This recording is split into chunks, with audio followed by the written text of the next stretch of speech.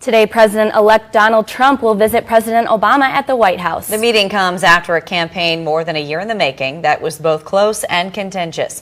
President Obama called Trump early yesterday morning to invite him to the White House. The meeting will give Donald Trump a full update on transition plans into office. In a speech President Obama gave yesterday, he said he and President-elect Trump have significant differences. Obama came into office in 2008 with a similar message of change.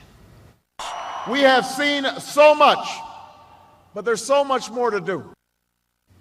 Now, 8 years later, President-elect Donald Trump says he's the change America needs and promises to undo the Obama legacy and fix America. Real change begins with immediately repealing and replacing Obamacare. Even though President Obama and Donald Trump have their differences, Obama's pledged full cooperation of his government to make sure there will be a smooth transition of power. The historic meeting today is just the beginning of that transition and a part of an effort to move this nation forward. The meeting will be held at 11 a.m. Hillary Clinton cast her ballot this morning with great fanfare. She voted with husband Bill in New York. Dozens of supporters greeted them as they arrived. After casting her ballot, Clinton talked about the importance of winning. She said voting for herself was a most humbling feeling. Donald Trump also voted today in New York with his wife and daughter. Trump also filed an early voting lawsuit in a Nevada state court. The lawsuit says polling places in the greater Las Vegas area stayed open for 2 hours longer than the designated time. A Nevada judge denied Trump's request in order to keep ballots from those areas separate. With restricted early voting, Missouri law tends to create long lines come Election Day. In Kansas City, voters waited as long as 2 hours. The wait was expected today, but that didn't keep voters from posting their discontent on social media. The Jackson County election director expected an 80% voter turnout. Virginia voters also waited in long lines. Lines snaked out and wrapped around the Luther Jackson Middle School near Washington, D.C. A record number of Virginians took advantage of early voting. Even still, heavy crowds were reported in many locations. After a long and stressful political season, many Americans are reporting anxiety, nervousness, and concern. According to the American Psychological Association, both Democrats and Republicans agree on one thing. More than half of them say the 2016 election is a source of stress. Here are some tips to relieve election-related anxiety. Stay informed, but don't binge-watch political news, and focus on daily tasks, exercise, and eating healthy foods. Many remembered Susan B. Anthony today as they cast their ballots in this historic election. She spent most of her life fighting for women's rights. People lined up to visit her grave to celebrate the fight of women to vote. Despite the outcome of the election, many believe today's tribute to Susan B. Anthony and her fight for equality speaks volumes. During a visit to India, the British Prime Minister says her government is prepared to work with whoever is elected as the next U.S. president. Other reaction around the world varies. Many countries are in strong favor of one candidate over the other. Clinton is seen as the more favorable after the FBI announced there was no evidence to warrant charges of her newly discovered emails. A mock ballot was held today in President Obama's ancestral Kenyan home. Voters elected Clinton to win the mock election. The event organizer says President Obama's half-brother Malik Obama boycotted the poll due to his support for Donald Trump. This was the third mock election since 2008. The previous outcomes predicted Obama winning. KOMU8's Christina Salonikas takes us inside Republican Eric Greitens' watch party. I am live outside the Doubletree Hill Hotel, where Eric Greitens' campaign manager Austin Chambers spoke to us a little earlier, saying Greitens will be arriving 6:45 tonight with his wife and kids. KOMU8's Chris Green is live to tell us why the change is being made. The speed limit decrease, which will start just south of here, came about after a study by MoDOT. KOMU8's Jacob Kornhauser is live in the capital city to explain. I'm overlooking the new Lafayette Street interchange here in Jefferson City. KOMU8's Desiree Evans is live on Lincoln's campus to tell us more about the body cameras and how it's affecting students. Lincoln University campus police officers started wearing body cameras back in August. KOMU8's Austin Huff is live in Knoxville with more on how D-Line Zoo found its mojo last week. Good evening, Corey. It's been a beautiful night so far in Knoxville, and I'm standing right by the Vic Davis Plaza right here. KUMUH's Jacob Kornhauser is live at South Carolina to tell us a special tailgating tradition they have. In Missouri, you may have had some creative tailgating experiences. Today, China asked U.S. officials to not let Taiwan's president pass through the United States on her way to Central America next month. This comes days after President-elect Donald Trump disturbed China by speaking with her. There are reports that Taiwan's president may be trying to meet with Trump's transition team in New York to make a better connection before the inauguration.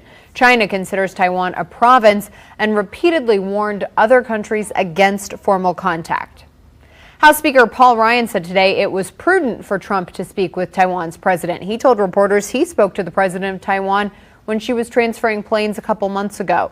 Ryan thinks people have made too much of the phone call. I think there's a lot of much ado about nothing about this. And I think for him to not take a congratulatory call would in and of itself be considered a snub. So I think everything's fine. The speaker also talked about cutting corporate taxes and how it will be a top goal of the House in 2016. He also laid down one rule, that he will not react to Trump's daily tweets. The police officer charged in the shooting death of Philando Castile appeared in court today. 28-year-old Ernemo Yanez faces charges of second-degree manslaughter and discharging a dangerous weapon in the fatal traffic shooting this past July. This is the first time a Minnesota officer has been charged in connection with killing someone while in the line of duty. Yanez did not enter a plea in court today. His next hearing is set for December 19th. The Mississippi teacher caught on video dragging a special needs student by her hair across the floor has been fired. The school board in Greenville voted to terminate Linda Winters Johnson. Cell phone video shows her grabbing the student by the hair and dragging her across the high school gym floor last month. The commission will decide next month whether to suspend or revoke her special education teaching license. No criminal charges have been filed. And closer to home, police arrested a suspect in connection to a road rage shooting death. Christopher Taylor of Independence was arrested today and now faces murder charges. In New York City, police sergeant has died and another is wounded after a shootout in the Bronx. The two officers were rushed to a hospital today after responding to a home invasion. Reports say police followed the suspect when he ran off. There was an exchange of gunfire when one officer was hit in the head and the other was hit in the leg. The suspect was shot and killed during the shootout. 3 people were stabbed and treated for those stab wounds this afternoon at Rutgers University in Brunswick, New Jersey. The school tweeted out an alert that there had been a stabbing at the business school on campus. Shortly after the suspect was taken into custody, there's still no reasons to believe that the stabbings, there's still no reasons for those stabbings. A huge power outage in Southern California caused a flaring event at an old Exxon refinery. The outage happened early this morning, cutting power to more than 100,000 customers, including the refinery. When power's cut, the refinery shuts down and flaring happens to burn off any product, stop pressure, and make sure gases are safely combusted. The burn-off safety procedure sent black smoke into the air. Officials are still not sure what caused it. Samsung ended production of its troubled Galaxy Note 7 after a number of fires started. In a statement, Samsung says, "For the benefit of consumer safety, we stopped sales and exchanges of the Galaxy Note 7 and have consequently decided to permanently stop production." The company is telling users to turn off their Note 7 and return it. The election, both Democrats and Republicans are racing to the finish line. The campaigns are at full speed. Bernie Sanders is speaking right now in Flagstaff, Arizona, for his former rival, Hillary Clinton. Donald Trump is rallying in Grand Junction, Colorado. We'll have updates tonight on KUMU8 News at 9 and 10.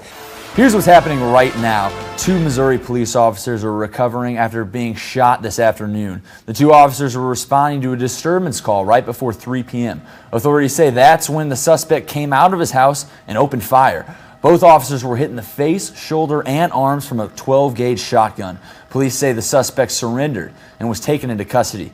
Both of the officers are expected to make a full recovery tonight.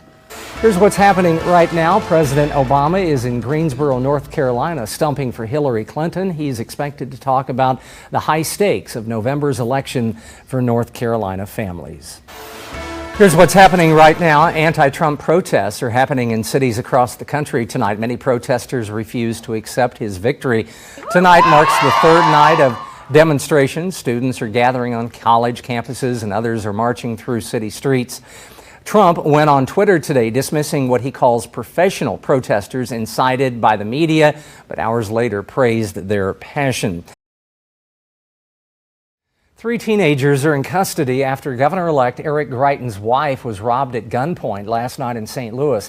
Sheena Greitens was sitting in her car when one of the teens opened the door and demanded that she hand over her cell phone and laptop. This morning, Eric Greitens spoke about the robbery and the arrest, thanking law enforcement for their work. He also touched on the importance of making Missouri communities safer, saying he would start with the teens who were caught. I plan to sit down with their mothers and their families to discuss what we can do together to make sure that every family and every community in the state of Missouri knows that they can go home at night and look at their kids and know that they'll be safe. Kansas police found 2 men suspected of kidnapping and sexually assaulting a female sheriff's deputy. The deputy was kidnapped Friday night and assaulted as 2 men drove around town. She was eventually freed near an interstate. Authorities say the 2 men are in jail and they located the vehicle involved in the crime. They plan to release more details at a news conference tomorrow morning. That's our time for now. Thanks for joining us. Have a great night.